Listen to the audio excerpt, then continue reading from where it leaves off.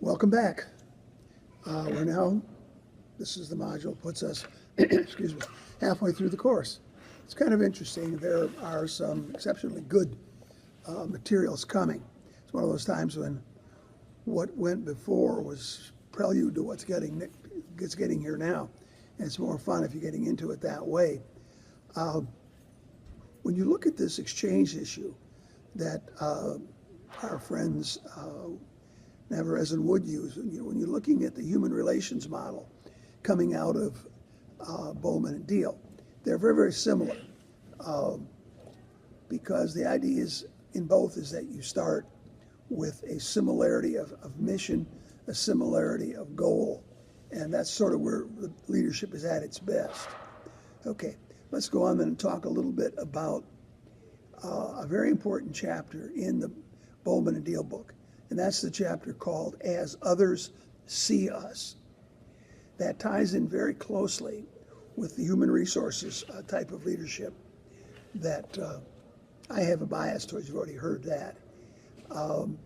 Also, it does reinforce a little bit that exchange model, but it does give you a preliminary understanding of the one thing that a leader must always be aware of is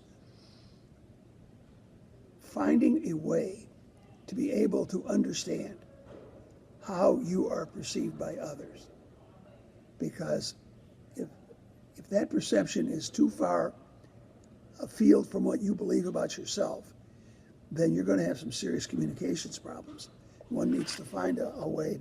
We talked a little bit about how to get into that, and I'll get back into that in a bit when we talk about 360. One of the good things about 360 is it does tell you from every angle how others perceive you. And that is I think that's a pretty good idea to keep in mind. Now, the other one that's interesting to me, because it fits into my sociological background, they talk in Bowman and Deal about advocacy and inquiry.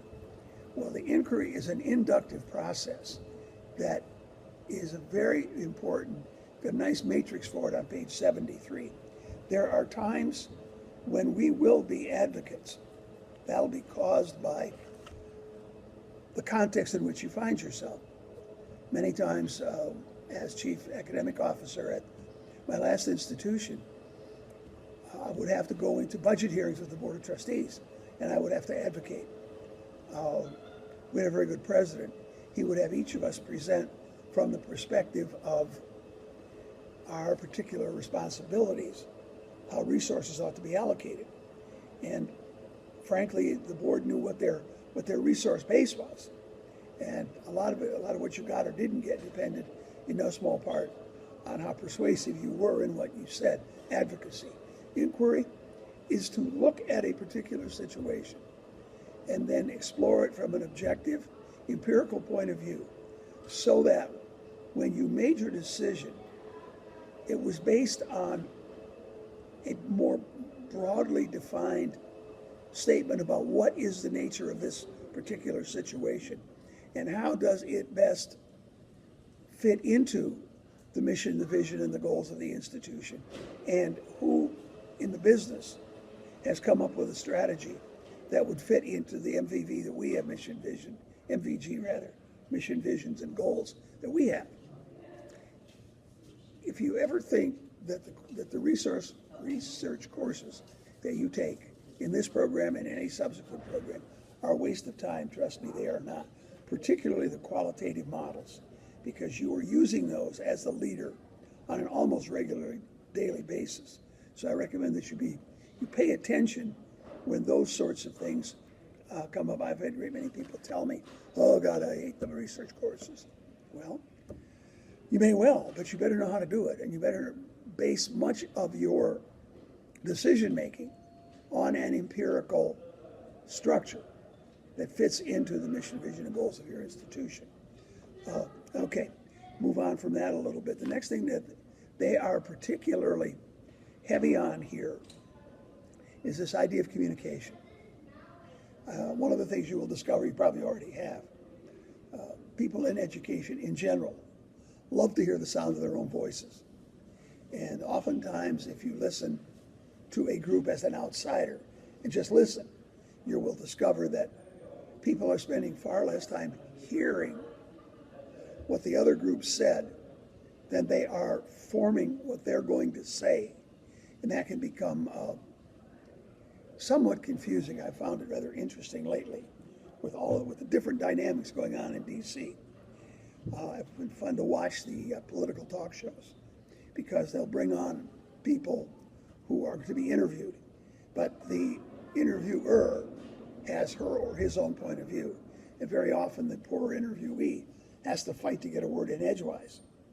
And the other thing is really fun to watch, and I encourage you if you have time, since we're going into the political one, is look at this poor Sean Spicer.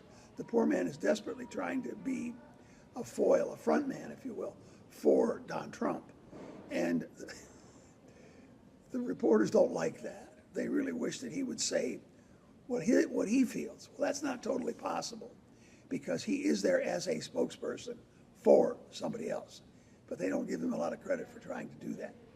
And when you get to the middle of all this, you think about this communication. One of the things that I heard a long time ago, one of my former supervisors over 40 years ago, had been privileged to study with what I consider to be one of the great human resources experts of the 20th century. And actually, I believe he lived into the early part of the 21st, a gentleman named Carl Rogers, one of the godfathers of the humanistic approach to psychology, which fits into our HR model very well. But one of the things that Rogers was wont to say, in fact, I've seen him on tape do it a couple times, when he talks about this dynamic of communicating with people, rather than giving you a long discourse on the importance of listening, he would simply look at you, let some time pass, and then say, when analyzing a situation with competing points of view, remember, you, as the leader, have 2 ears and only 1 mouth, so please act accordingly. I don't think that requires a great deal of definition, but it's simply saying that we get a lot further if we really, truly listen to what people are saying. One of the exercises that I've often used in face-to-face classes, bachelor's level, master's level, once in a while on a doctoral level, was the rumor circle. And many of you may have already played it, may be familiar with it. It's a very interesting way to test how carefully people are listening. You pick a somewhat controversial issue. It could be about this healthcare thing. It could be about cutting certain aspects of the budget so that defense can have more, whatever have you. And you come up with about 2 or 3 statements about the particular issue. And you sit people in a relatively spread out circle. And then you have person A whisper to the person next to her what she heard. And person B, who just got this message, he turns to the person next to him, repeats it, and it goes around the circle. The very last person in the circle repeats it to the person who started the communication. And I can't tell you that if there's ever been a time when from person A to person X, or Z if you prefer, more than about 35% of what was said originally made the gap jumps, if you will, among all of the people. But that's why communication is so important. And another thing that now I'm going to move into the other area, since I led in with that, the whole issue of politics. The 2 chapters that we have on politics are very good. The one thing I think that's very critical, however, and you ought to pay some attention to it, pages 81 to 86 in Bowman and Deal, they talk about political skills. Now, these political skills are very interesting. They are the way in which an individual tends to shape his or her behavior in a group context, particularly if one is occupying a position of leadership. And the more one practices those skills and observes people who use them and use them effectively, it's been my experience over many years, the more successful that individual, the observing individual, will be when she or he is in a leadership situation. So you can't really do much better than that. And I do commend them to you and think you might want to pay some attention to that. Okay, thank you for listening.